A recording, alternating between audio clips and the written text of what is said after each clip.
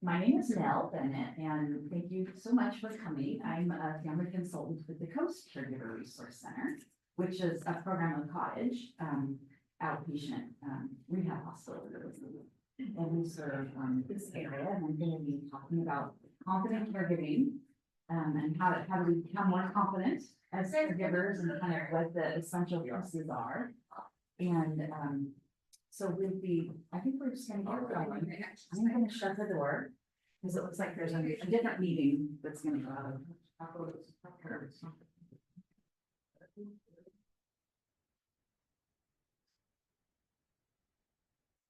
Amy's still on guard duty here at the door. So this came about because Ashley at the Cancer Resource Center had asked if we could come do a presentation for caregivers that they encounter in the oncology world. And I said, sure, what do you want to know? And she said, whatever you think is most important. And so I was okay, I want to think about this. And we came up with this idea of how to be a confident caregiver.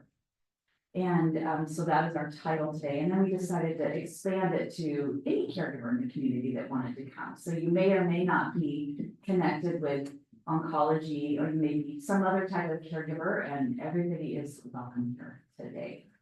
So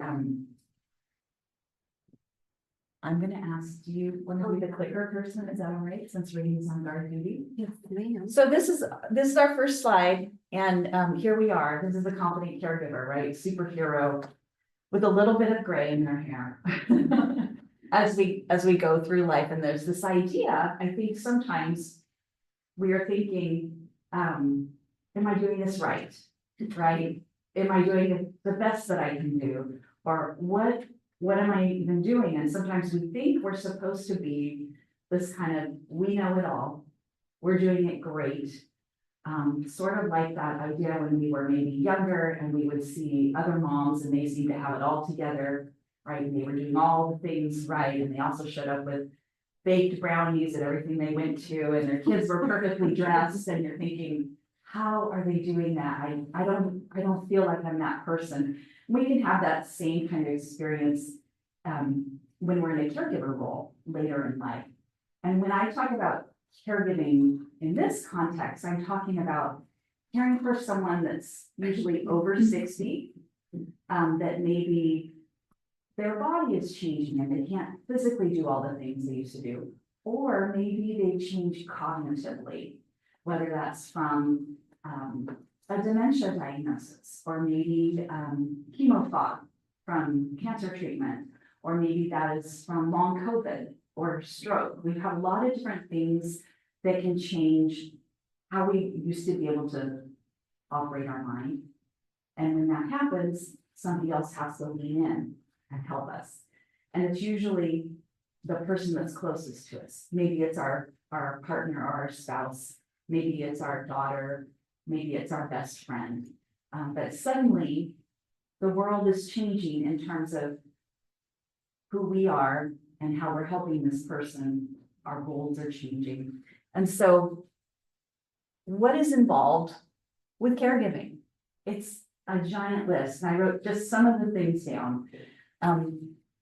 When we're helping these folks who maybe cognitively are changing or physically can't do what they can do, it's up to us to figure out this very complicated medical system suddenly. So we have to learn the world of insurance. We have to deal with how do you get somebody to answer the phone, right? When you're calling the doctor's office. How do I get a message through to the doctor when the medications aren't working? Right, portals. Oh my gosh, portals. We all got dragged into that during the pandemic, for sure. And we have to pay attention to the details because everything has so many layers of whether it's a medication order or a plan, or take this, here's the order, go get this CT, then schedule an appointment here, then we'll meet back in 3 months. Lots of details all the time. And then our relationships are changing at the same time with the person we're caring for. So maybe this was my husband, and he was a brilliant math professor at Cal Poly. And And I did other things like, you know, in relationships, we kind of divide and conquer. Sometimes that's gender-based, sometimes females are sometimes doing the domestic stuff and the men are doing others. It's not like that in every relationship. But when someone becomes more dependent on us, that shifts. And so we're suddenly having to kind of lean in a bit, or having to maybe take some control that we didn't do before. And it can be unfamiliar to us, right? So we're used to them handling this and suddenly I'm doing this. So my relationship is changing as a result. And I'm also having to learn new things at the same time. I might have to learn how to communicate someone who now has short-term memory loss, right? Like, how do I communicate with someone who can't quite remember everything?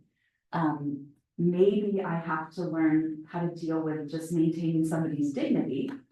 So I have to figure out how to make requests different so that everybody still feels confident about themselves, and have less conflict.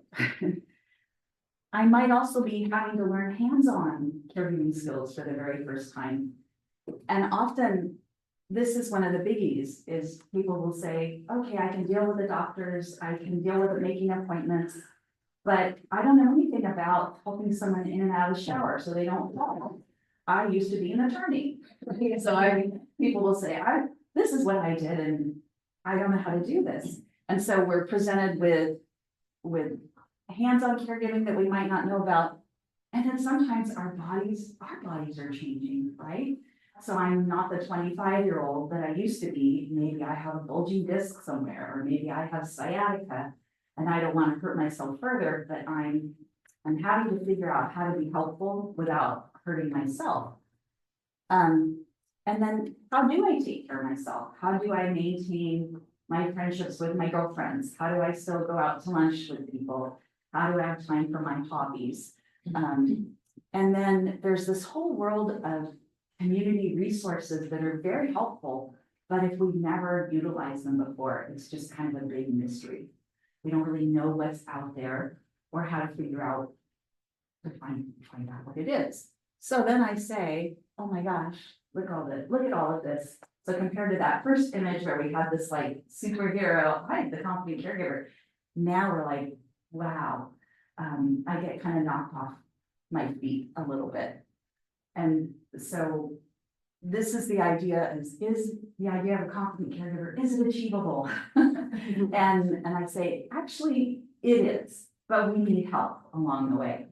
And so I'm going to talk to you a little bit about the program that I'm from, and tell you about this community resource that can be helpful to you guys.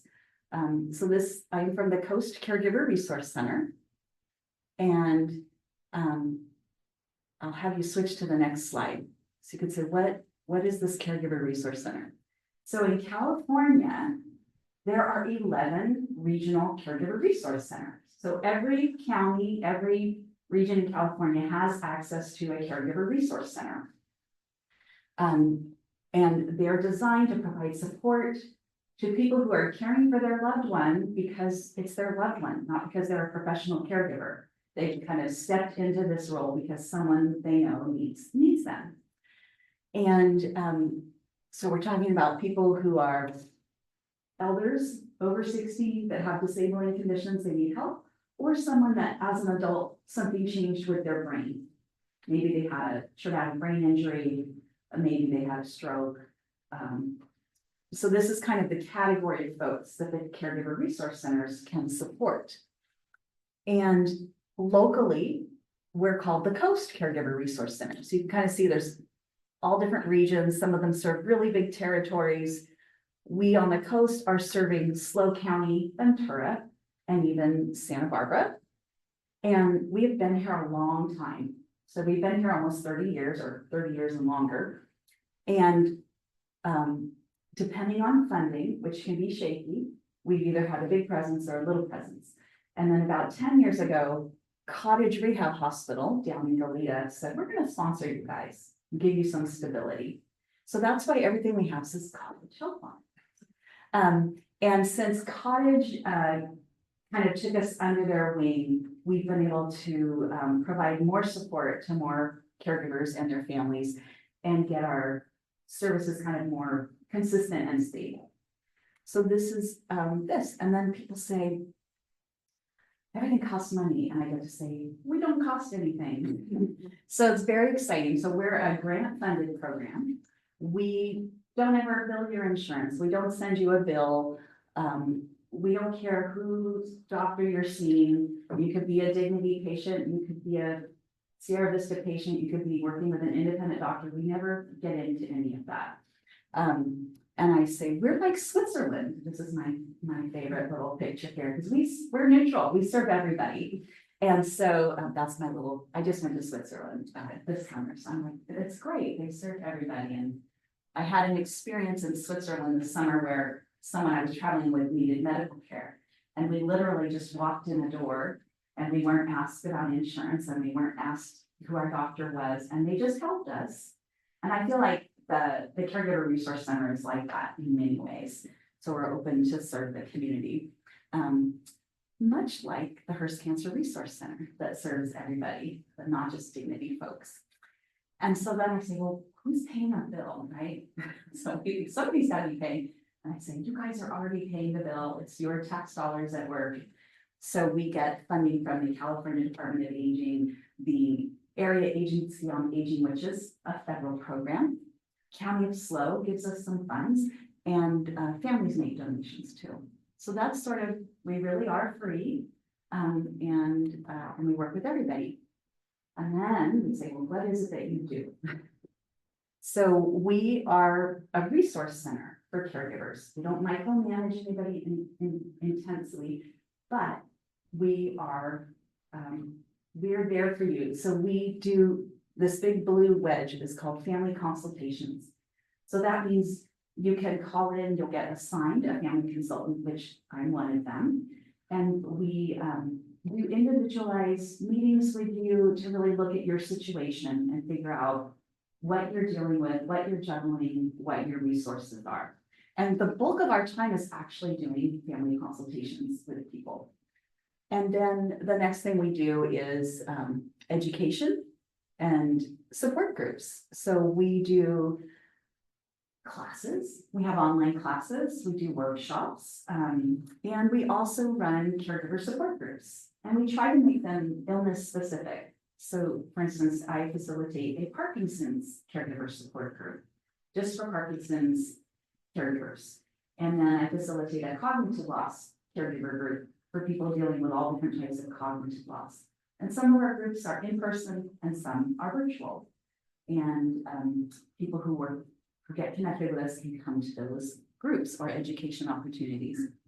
We also provide short-term respite care. And this is one of the very exciting parts of our program.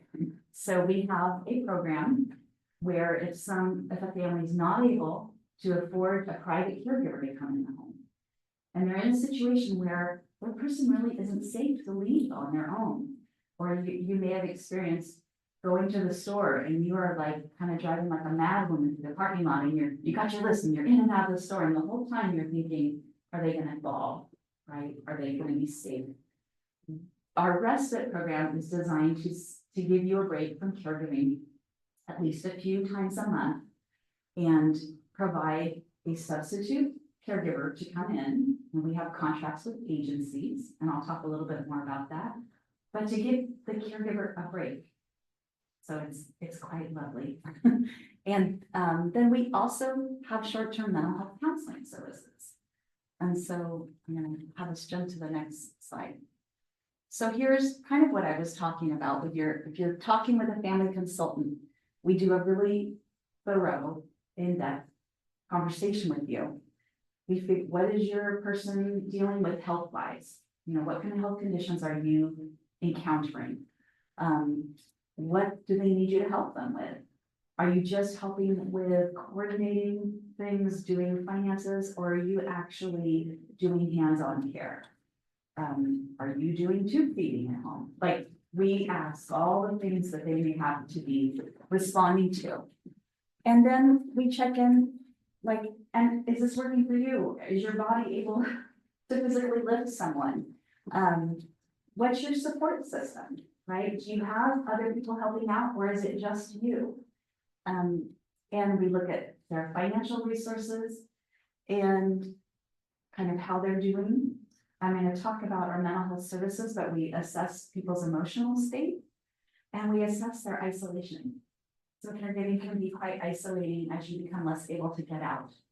And so we do a really thorough interview, and as a result of that, we create a personalized caregiver support plan for everyone based on their real circumstances and connect them to community resources that are applicable, and big emphasis on self-care, on taking care of yourself. So that might be, I want you to watch this webinar on managing stress as a caregiver, or we're going to talk about communicating with someone with memory loss and tips and tricks that work.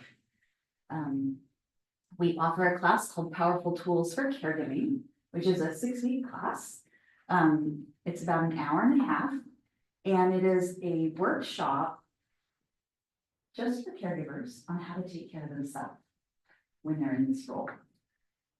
We also have classes and webinars, and because we're part of this big network of 11 different caregiver resource centers in California, any class that's offered anywhere, you guys can attend. So if there's a class being offered online that we don't offer here, but you see it on the calendar, you can sign up and attend that.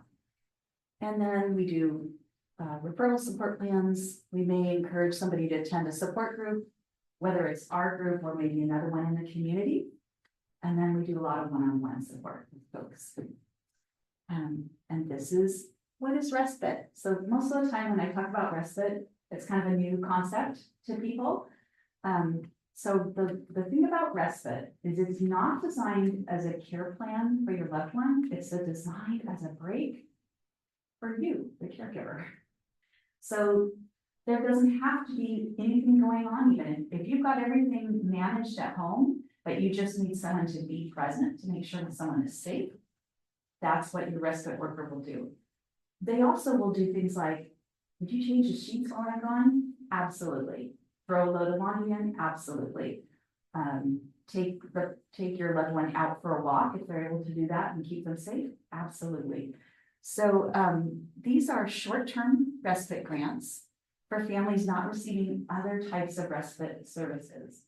So some people will have wonderful benefits through the VA that are helping pay for caregiving at home. And that people are surprised that there's a really wonderful caregiver program through the VA for veterans. And not every veteran qualifies, but this is one of the things we might help you figure out if you qualify for or not. And then there's a program for people with limited finances through SEMCAL or Medi-Cal, which is a low income health insurance supplement for a lot of people on Medicare. And that has hours that they'll pay for someone to come in and care at home. So if you have those other robust programs in place that are providing care at home, our respite grants are not going to be coming into play, but we always check in with you and see if we can put a grant in place. They're short term, and we always prioritize new caregivers first. So if someone's never had a break before, they're going to move to the top of our list in terms of getting support to them. And most of the time people do a 4-hour break. That gives them enough time to get out, get business done, and then have some space for themselves. And then our grants are flexible. They can also be used to pay for attendance at 2 adult memory care centers in this area. One is in Paso Robles, the Capsule Adult Day Center, which is designed for people with dementia or other memory loss that are still mobile, and they can go and have social activities. It's a very enriching environment, and it's protected. They know that everyone there has social memory loss of some sort, and so they know that those people need attention to make sure they don't wander. And they can go to that center for one or 2 times a week, or they can go 5 days a week. There's another one in Santa Maria called the Wisdom Center, which also has those same social components, but also has some healthcare components too. They have nursing and some physical therapy on site. And so it's a little more comprehensive type of care. And our respite grants can be used to help pay to go to those places. Any questions so far? I'm talking about a lot of stuff, but I'm happy to say, you guys have our flyers. You'll have our flyers, and all the resources I mentioned are in the purple resource guide. Any questions so far? We'll just keep going. So what kind of counseling services do we provide? We're not a big giant mental health provider, but we do provide some really helpful, meaningful services. We have 2 different programs.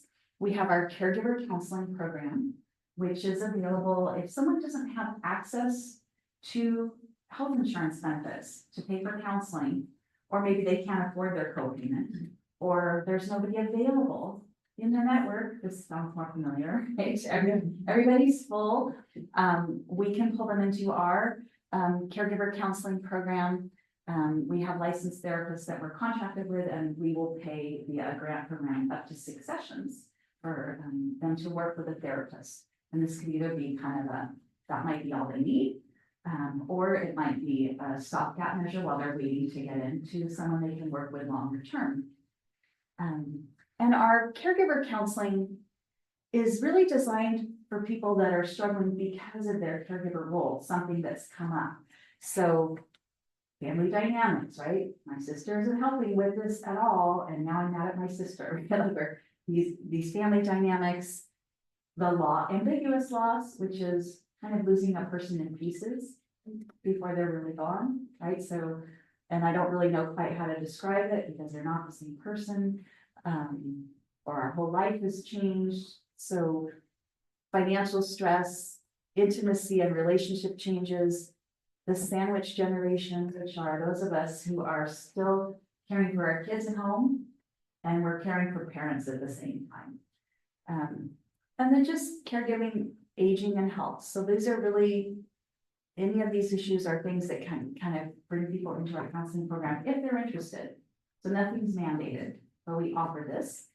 And then we have a really great program called Pearls, which I believe you guys all have a flyer for also. Pearls is not counseling. It is individual one-on-one depression and resilience coaching.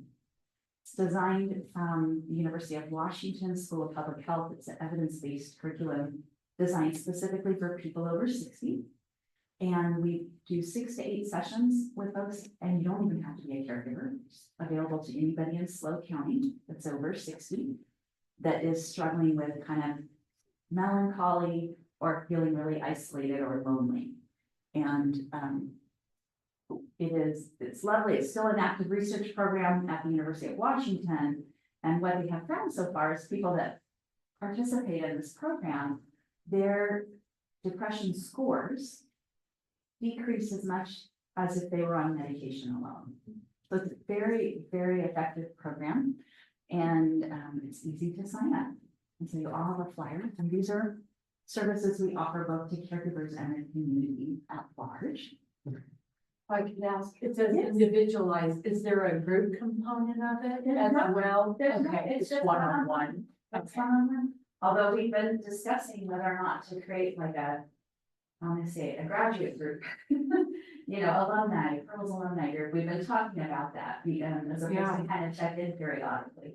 Well, that's nice to just foster a relationships with other people kind of going through the same thing. Yeah, the curriculum was designed for individual work, but this is an active conversation with the University of Washington about tailoring it to a group environment. Okay. It's actually just had a big conversation last month about that. So the Caregiver Resource Center, I said, it sounds great, right? We have all this great stuff, but we're not the only ones. And so we're not the only ones that offer support to caregivers and where you can get great information and support. And so I listed just some of these places in the community. And first and foremost, like where else can I find caregiver support? As I say, your hospital and your home health and your medical social workers, which I have two in the room right now. I have Ashley with Hearst Cancer Research Center and Katie with Mission Hope Cancer Research Center down in Cancer Center down in Arroyo Grande and Santa Maria. And your medical social workers always are not just looking at the patient, but the whole family system. They want everybody, you know, to have the resources they need and the support they need to support that patient. And if you have a home health nurse coming out because your person was recently discharged from the hospital, a medical social worker might have been ordered to be part of that care team, but if not, you can ask for it. So if you only have PT coming out or you only have nursing, you could say, hey, I'd like to have a medical social worker visit. And they can come out and kind of talk to you about what you're dealing with. And I think a lot of people aren't really aware that that resource is there. It's not always added to the order. And a lot of times people don't quite understand what a social worker is, or they're meeting a social worker for the very first time, you know, and they're thinking, why do I get a social worker? Because we have a lot of, I'm going to say, unhelpful media kind of stories about social workers. But when you encounter a social worker in the health system, either at the hospital or as part of the home health team or at an oncology environment, Medicare requires that system to use master's degree level trained social workers. So they're trained not just in resources, but also in counseling services. And so it's a whole different experience than someone might say, I went and applied for food stamps and that lady was rude. And I said, that was not a social worker. And so that's right. And so people get, you know, an idea of what a social worker is, or they think we're coming in to judge, but we're there to be helpful. And so I just want to encourage you all to open your doors to medical social workers as you're in a caregiving role. I mentioned Hearst Cancer Resource Center has wonderful resources. That's why they have a social worker there. They can get you connected with financial resources, emotional support resources. I mentioned the CAPSLO Adult Day Center up in Paso Robles, which is that social day program for people with memory loss. Hospice of SLO County is a non-medical hospice. It's a volunteer, old-fashioned grassroots organization. You don't have to have a terminal diagnosis. It's filled with wonderfully trained volunteers. And they come out and they can do respite, just like a 4-hour break to have someone sit with your person. And they also do case management also for folks who have kind of chronic illness or life-limiting illnesses, but hospice, formal hospice is way far away. And they provide wonderful services. And then we have public benefit programs like SenCal, the in-home supportive services program I mentioned that can come out and do hours for people with lower income. And then we have community organizations, the Parkinson's Association, the Alzheimer's Association, so many things.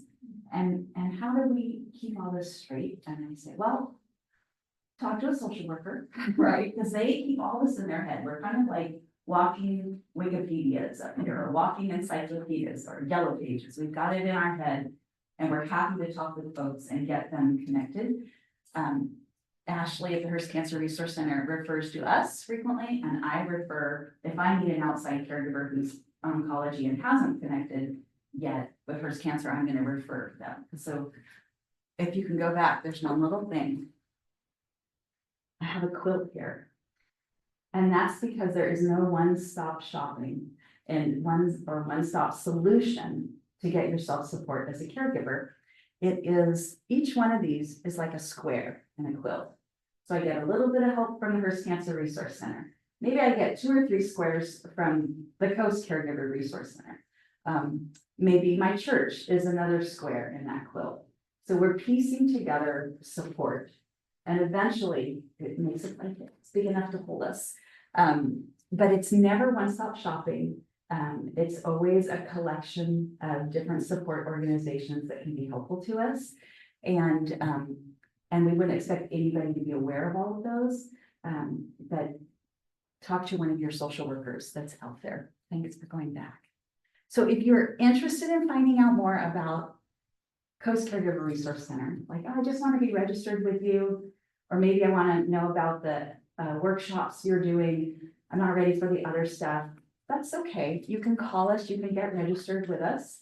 On the flyer that you have on the back side, it has our contact info. And you'll notice it's Santa Barbara address. That's because that's where our main office is, but rest assured, there's 2 of us here in SLO, working with families here in SLO County. And we also have a website where you can go and register. If you like portals, you can go register on our portal and we will contact you. So, you know, sometimes that works for people. They're like, it's 2 in the morning. Where is that? I'm gonna register on that portal, because during the day, they just don't have time. Or you can send us an email. So if we want to find out about your programs or your workshops, Yeah. would we log into this portal? Yeah, you can register and then one of us will call you and talk with you and just get to know you a little more and let you know what's available, and then we'll make sure we get you on our contact lists for when we have activities and events. You showed 11 areas that Yes. are serviced. Are you in Northern California? Every region of California has a caregiver resource center. Okay. Redwood is the name of the one up there. Redwood. Redwood Caregiver That's- Resource Center. Okay, is that more towards the coast?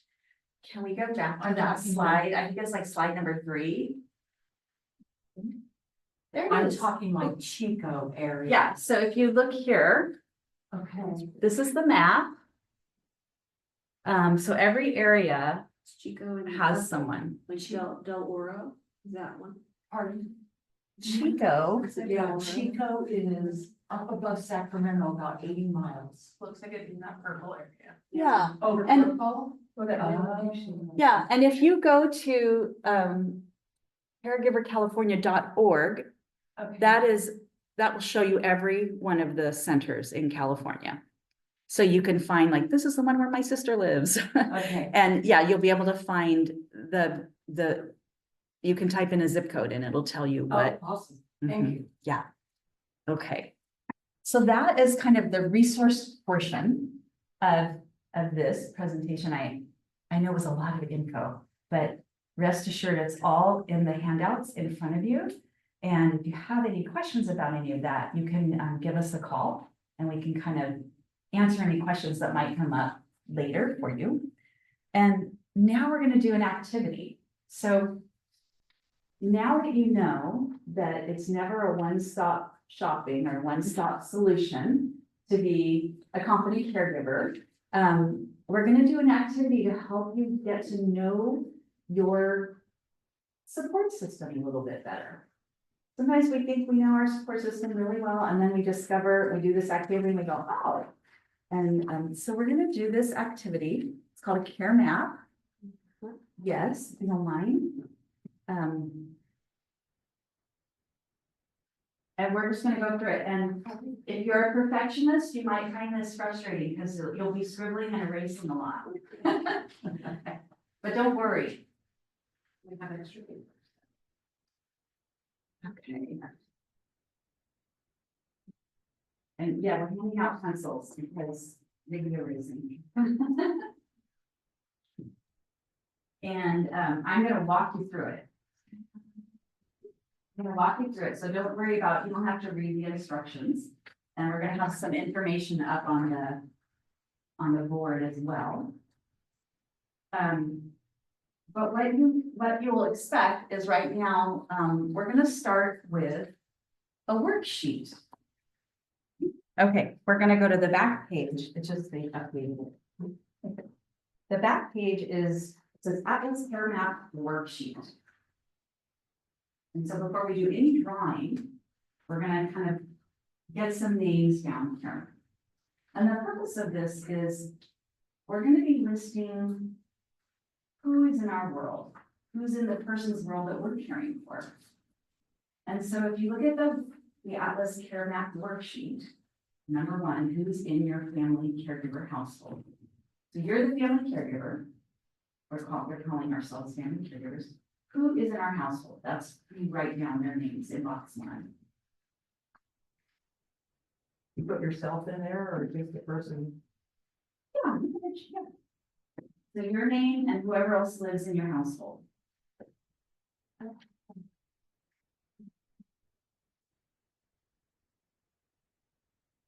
You have, which one do you have? The Dr. Lemmy was, that's the one I was looking for. Oh, I think I have here to see. Oh, this is my notes.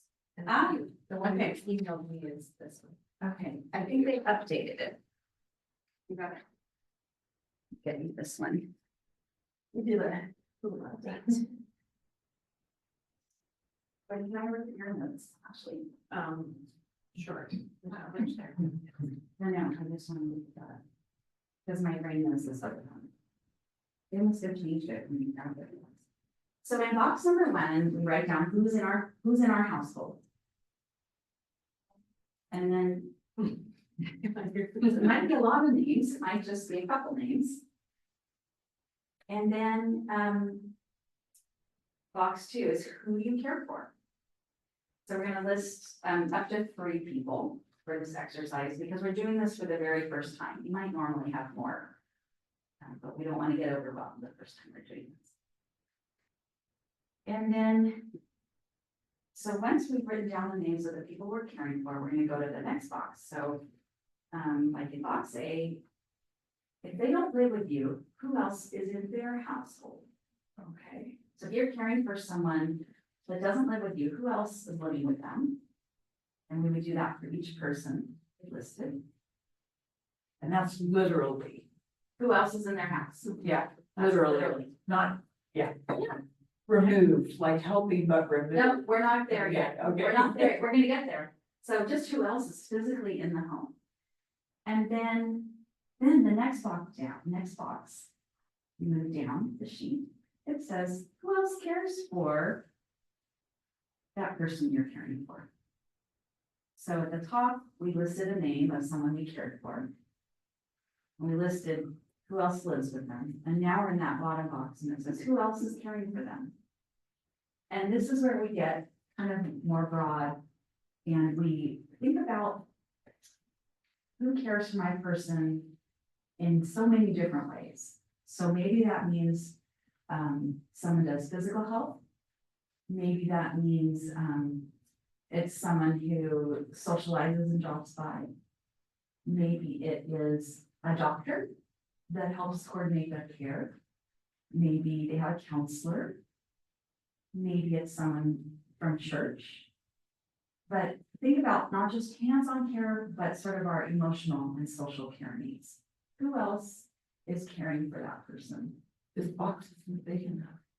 Did you write it? I mean, you should. That's why I said just just do the primary people. I'll treat you. Do the primary people. Is anybody else coming around? Is it the very friendly hairstylist that they love to go to because it makes them feel good to go?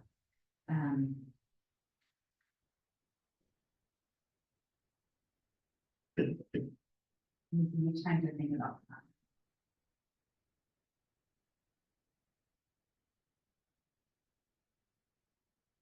I am also going to say,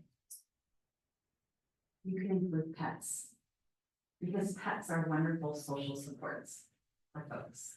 So if there's a pet in the home of the person you're caring for, or if there's a pet in your home, that's one more thing you're taking care of. So I want you to go ahead and list that, either in your own box number 1, who's in your household, or who's, if there's a pet in that home of the person you're caring for. And it's okay to just limit it to a few, because these care maps can get giant.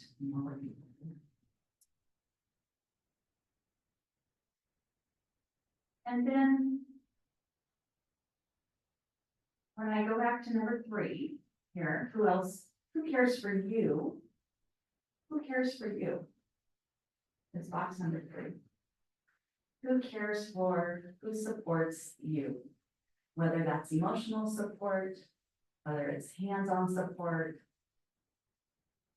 It could be a spouse, it could be a sibling, could be a neighbor.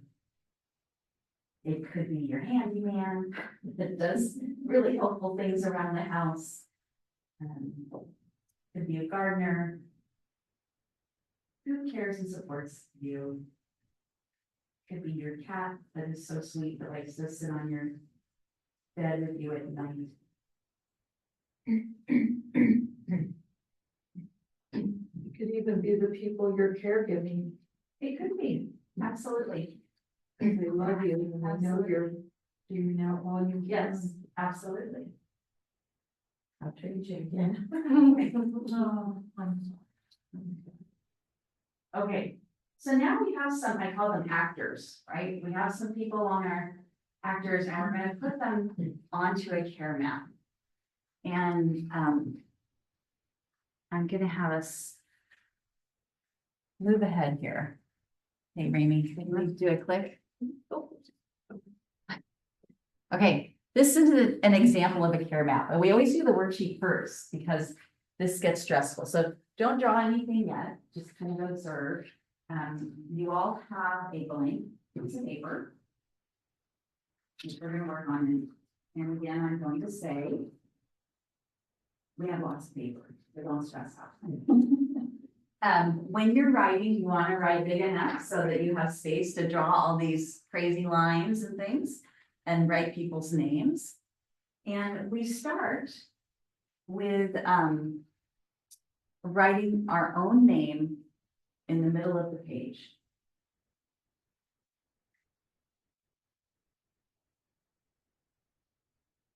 And we write our name, and above our name, we write a little stick figure. Then we write down the names of anyone else that lives in our house and give them little stick figures. Or pets. You can see Spot the dog is there in this care map. And when you've got everybody in your home listed, you're going to draw a house around it.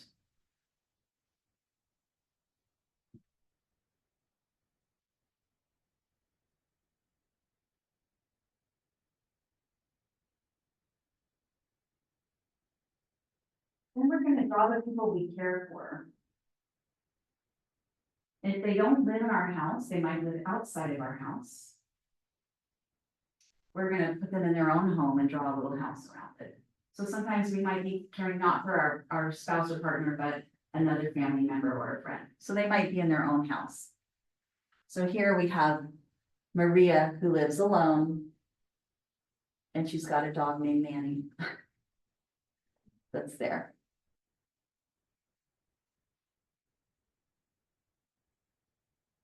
You'll see, and I have another slide we'll show, but I want you to notice that there's different things here going on. We have arrows going back and forth. Some of these arrows are big and bold, and some are dashed lines. And some of them are a solid line. This all represents how frequently we're either providing support or receiving support between these different characters up here. We also have some different shapes. And these are humans. I know you recognize those. We put a little circle for a pet. Any type of group is going to be in a rectangle. Support group, church people, a club I'm part of. Professionals get a triangle. And this helps us later when we're looking at our map. It kind of helps us identify kind of natural supports versus professional supports or group supports. And then here it says the Oaks, this is a square. This is like a facility that they go to that's helpful to them. So that might be going to the Hearst Cancer Resource Center, or that might be going to the physical therapy office, or I go to some type of big facility organization. So you can see this person has doctors down, They've got some professionals here, Cindy and Julie. They've got a school nurse, support groups, and then lots of just people. And then you'll see there's a circle, and I'll come back to those later and explain what those are. So we're gonna go ahead and look at making sure we have everybody on our map that we want to have on there. We've got our people, we've got our pets. And we're gonna start drawing connections between ourselves and the people we care for. So I'm gonna have us flip. So here are these symbols that I talked about. People, groups of people, professionals, pets, facilities. Then the arrows are about how frequently we're connecting or providing support to. Frequently, daily, weekly, occasionally. Frequently, I'm like, it's pretty much all the time on your mind, right? So you can't really go through a day without having to respond to something or pay attention to something about the person you're caring for. And so what I'm gonna have you start doing is looking at the people on your map and start making some arrows back and forth about how frequently you're caring for them. And that's what we're gonna start with. How frequently do I care for the person that I'm caring for? So if you have yourself on the map and then you have the person you care for, you're gonna draw an arrow to them. And if it's frequent, like I'm helping them all the time, I'm gonna make a big thick arrow. If it's maybe once a day, I do a straight arrow. If it's maybe once a week, I help them out, that's a slotted line, and then occasionally it's just once in a while, those are just a dotted line. So everybody's got their line. All right. And then, is there anyone else I'm caring for? Or are we sticking just to that right now? Like our pet. Your pet. I'm going to the vet. I'm going to the vet all the Right, time. I mean, I've had this kind of all the time, I'm cracking up how much we let our cat in and out all day, they're like, I want food, right? So that might be a very thick arrow again. Okay. Then we want to look at the person that we're caring for. Are they providing any support to us? Once in a while, every day, emotional, social, physical, and we want to bring an arrow back to us from them if we're receiving anything back from them.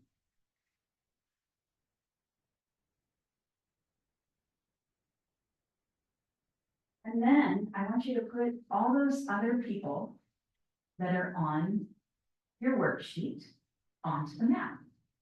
And as you do that, I want you to think about geographically how close they are to you.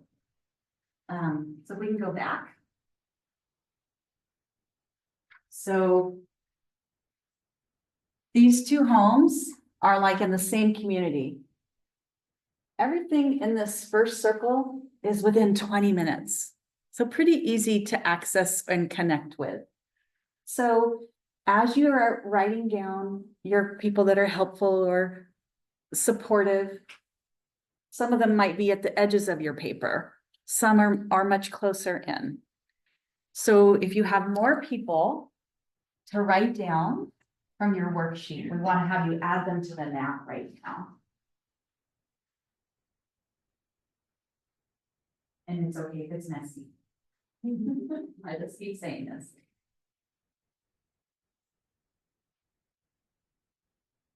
Would you count like emails and phones or if they're geographically far Yes, away? that's a really good question. So the world of digital communication has kind of changed this. Because sometimes we can get emotional support like that from someone if we text them. Or maybe we have close support friends through Facebook, right? And that's maybe a regular part of our day, but those people might be all over the place. So we can put those people who are frequent, easy to access in our life, we can put them closer in. That's a really good question.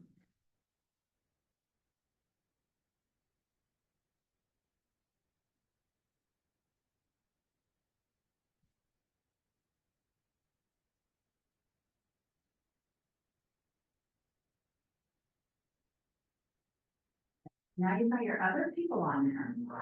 And then I would like you to start making arrows back to that person they're caring for.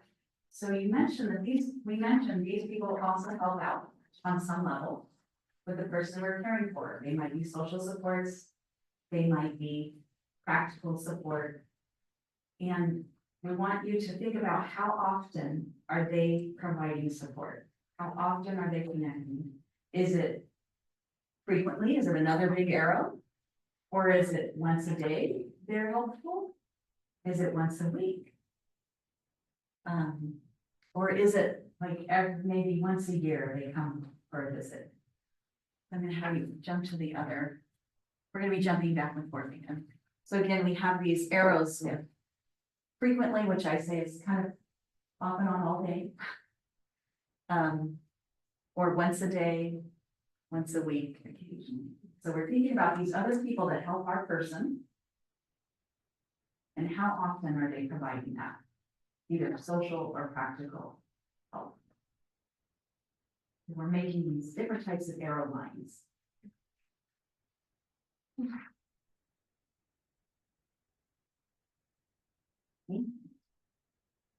When we got those links down, coming to our person we're caring for, not just from us, but those other people also, we can then add in some arrows of support. Are they providing support to us also? Do they provide emotional support to us? Do they help us with errands? Is there support coming to me as well from any of these folks? We may also have some people on there that don't have a connection with the person we're caring for, but they do support us. So we may want to add some girlfriends or things on this map. Or siblings that are just, they're important to us, they are supportive to us, but not necessarily our caregiver. And when you had a chance to get all your players down, or actors, and you had a chance to look at the links and figure out how frequently the support is going back and forth, let me know if everybody's ready to go to the next thing.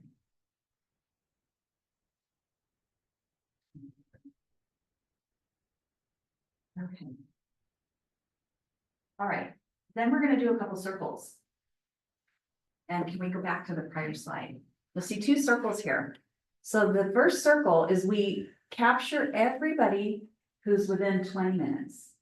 Or those people that are really easy to access digitally. And I call this our core group, right? This is our core support system. And then next, we make a second circle and we include everybody that's within 2 hours. Meaning they live within 2 hours or within a couple of hours, they could be on their, they can be there for us.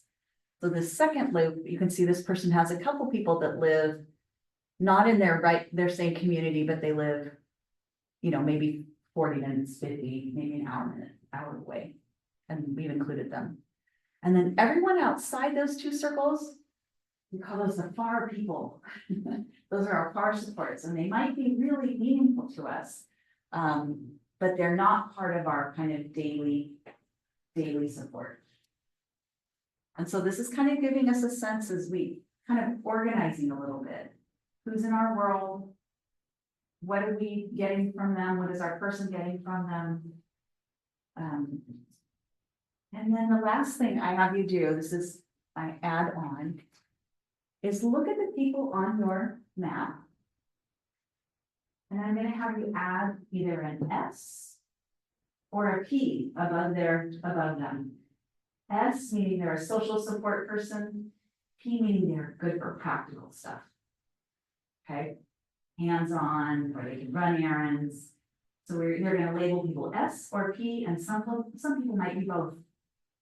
Those wonderful people that will do both.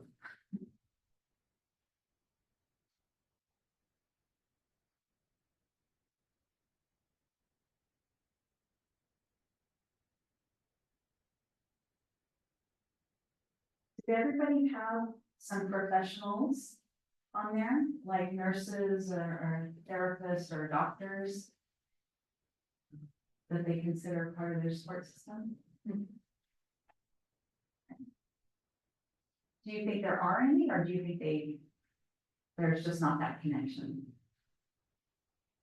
No connection, No connection, okay, not helpful. okay, okay.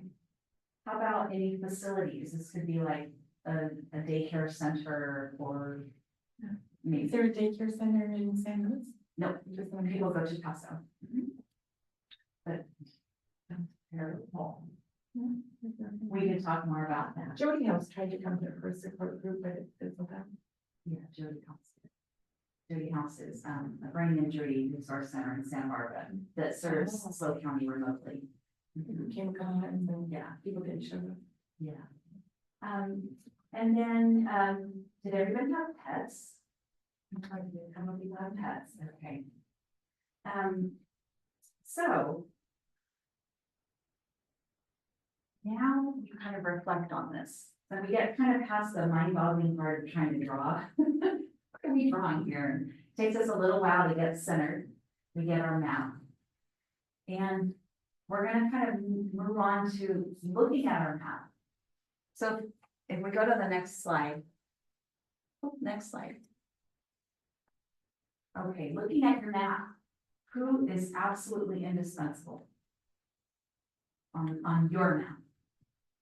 You look at your map, who is indispensable? Me, thanks. Okay, okay, okay. Okay, we all know we are very important, right? Okay, so this is our reflection time, like, we figured this out, like, I'm a big deal here, right? I'm a big deal. What would happen if you weren't available? Because looking at your map. If we look at our map, It's the long-term care planning. but looking at our map, who are those people that are practical help, who are social help? What would we need to do actually to kind of change their role a little bit? Could we change their role? Could we pull them in to be a practical help person sooner? So that we get some other people kind of up to speed with some of these skills.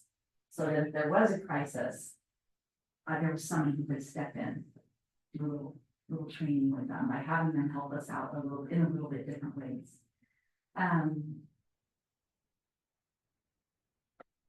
Did we forget anybody? Obvious. I'm curious. Is anyone? Oh, I forgot. I like that someone said the person we're caring for is also maybe providing care to emotional support to us. Maybe they're still doing some handy things. Maybe they still roll the trash out, I don't know. And I think a really big important thing is, are the people who are on your map aware of each other? Are they aware of what people are doing and how they're helping you and helping your person? And if they're not, would that be a good thing to focus on and helping them understand the connection? So if we're aware that, oh, mom's neighbor is gone for a month traveling. Oh, she was helping with these things. Maybe we need to step up for a month. Maybe we need to step in. So is there an awareness between all these different folks on your map of how you're being supportive to the person, the caregiver, to the person who needs care? Ashley and I were talking about this, that sometimes that can be hard to keep people up to speed because we're very busy, right, as caregivers. And there are some tools. There's a website called Caring Bridge. And Caring Bridge is a really great tool where you list, like, this is what's going on with this person's health. I could use some help with X, Y, and Z. People can sign up. I'll bring dinner on Monday night, and other people can see it. Or if people say, let me know if you ever need anything, right? That's a thing we hear. And we think, I don't know what I'm gonna ask them, right? Or if you can say, here's my Caring Bridge website, you can go look and sign up for something. And actually if people are willing to say, let me know if you need anything, they're usually willing to help. But they don't know what to offer. They don't know what would be meaningful. But I feel like if people didn't say that, it's because they don't want to get involved, right? But people who do say that, they do want to help in some way, but they're gonna leave it up to you to let them know. So thinking about using there's even Meal Train, right, for meals, that's a website. But Caring Bridge is great, because you can even list things like, there's a doctor's appointment, and somebody say, oh, well, I'm available that day, especially our friends that are newly retired. They can help out with things, but they just don't know what they need.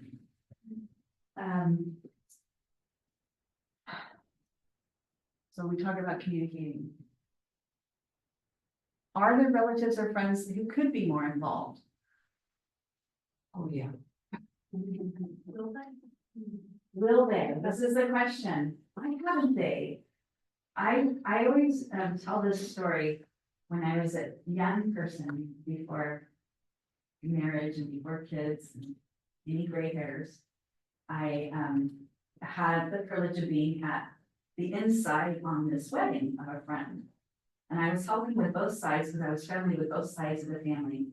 And I was at some event, and I don't know, we were tying up little almond candies and netting or something for the tables.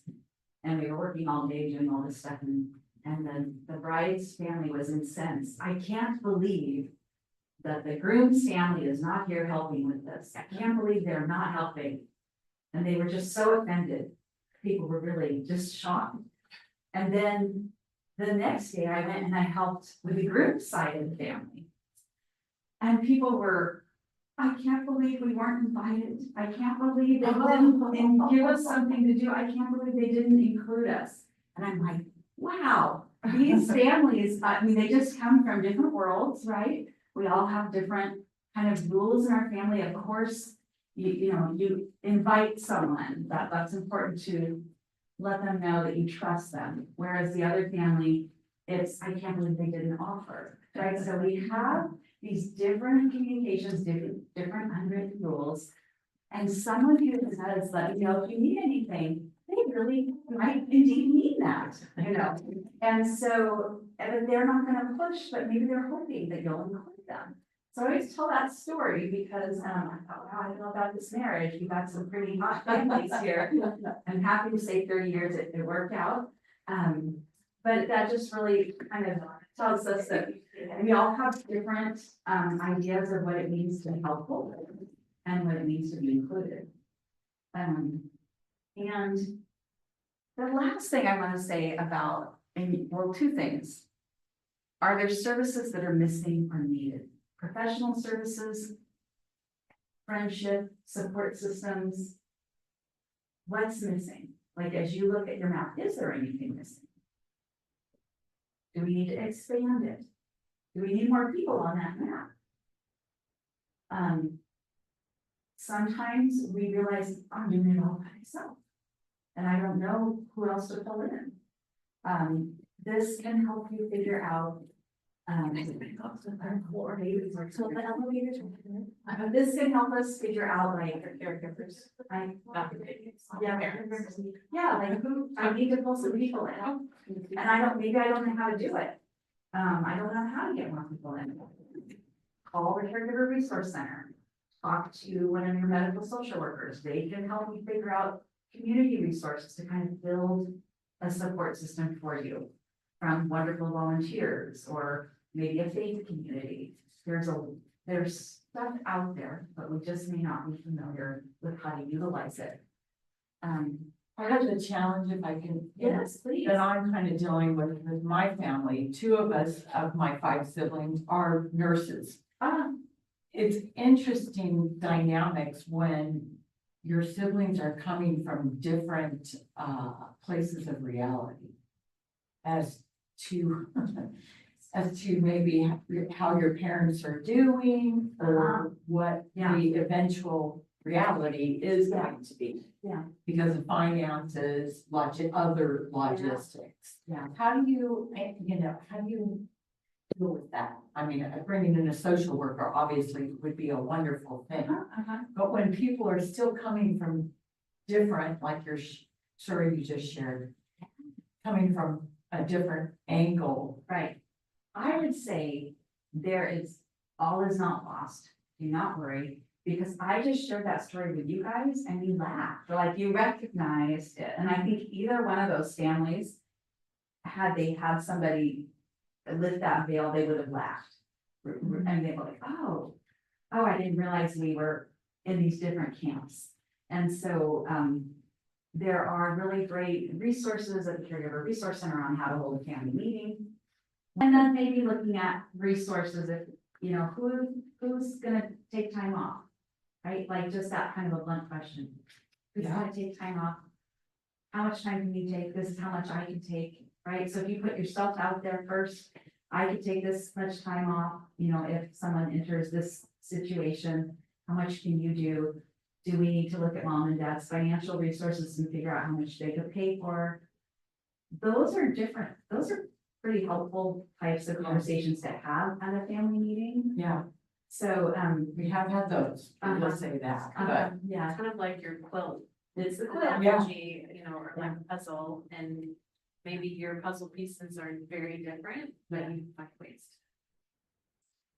I feel like too, there's a level of acceptance that some people are just going to have their involvement that they're gonna have. So we can't force anybody into having a more active role or a more hands-on approach, and we do our best to bring them in. But ultimately they get to choose if they're gonna be more hands-on. I'm very much in that sandwich generation, and I have a brother who's very hands-off. And I think for him, everything's fine because I am not involved. yeah, As long as I kind of keep an arm's length, boy, I can just think it's fine. And I think that's how some people cope with reality, as well. And it's frustrating as, not having an equal team player, but must learn to burn for the people that are. Yeah. finding. I have a question on the slide before finding the professional and support. Can we go services. back a So is slide? that what the medical social worker would do? The one about professionals and services that are missing and needed, Okay, so here's an example. I work with a lot of folks, who are caring for someone with cognitive loss. They don't know if it's dementia. They don't know if it is a stroke. They don't really know what they're dealing with. So they don't really know quite what to do. They don't know if there's medications out there because they don't have a neurologist. And it's so hard to find a neurologist, right? So that's an example of we're missing a professional piece here that could really make a difference in the way we care for someone. well, I understand that, but what do you do then when I know what that situation is? Yes, you talk with a social worker A and they social resource with you and they say, I hear there's a new doc in Santa Barbara and he'll do telehealth. And they try to get you. So a social worker through your group or somebody like your group. Yeah, or you should be able to have those conversations with your doctor. They should be making No. referrals. They should be making referrals, I know, but ideally. So let's say healthcare back 20 years, it used to be your doctor would help you with that. But you need a referral somewhere. Sometimes that means I start going to Alzheimer's Association meetings. Because I'm gonna get really helpful info from the other people who've already figured it out. Okay, They're gonna tell me what great idea. neurologist to avoid like the plague and which one to get on the wait list yesterday, right? So that's a professional thing. It's not someone you already know, right? Right. But you're creating these other connections because you're recognizing there's some professional stuff that you need that you don't have in place. That would be an example of that. Okay, and we have a local Alzheimer's support group. We have lots of them. That is so ingenious. I mean, We have lots of them. We have like 6 or 7 in this county. okay, Yes. thank you for. And it's all filled with really smart people like you who are going and some people are at the beginning of the journey, some people are at the end, some people have figured out the resources, other people are not, and it's a really great place to go. It's reinventing the wheel. Yes. Yeah, what if there aren't any resources, like you have a neurologist and a referral, Say more. like our mental health system is really broken. Yes, There isn't, the whole system is broken, yeah, medical there's and not many services here. There's nothing. or, Well, my daughter has warranty Corsica, so it's so rare, people don't even know what it is, and it's Yeah. untreatable. yes, Basically, I tried to get TMS, but yes, yes, that's about the only thing Yes. that might help, but. yes. Well, let's talk afterwards. It Okay. sounds like connecting with our program might help. We don't charge anything. I mean, we can talk and see if we can help get you connected to some resources. As I've been through. It's been 10 years she's with me, and her friends aren't here, she moved from Texas, so she Yeah. doesn't have anyone. Right, right. Let's talk. Okay, Yeah, yeah. So I know we went over, I apologize for that. And so this was the experience. We're gonna move on to care map. This is my favorite slide, because initially we started out with this idea that we're gonna do it all, right? We're gonna be this amazing, competent caregiver, we're gonna do it all. We're gonna be impervious to anything and we can handle anything. But in reality, it takes a team, always. Always, whether that team includes medical people or friends or organizations, it's a team. And that's how we become confident again in all these things that are getting kind of dumped onto us or that we signed up for, right? And then the last slide is just us again at the Caregiver Resource Center, which you have all the info. And that's all I was gonna say today. Thank you very much.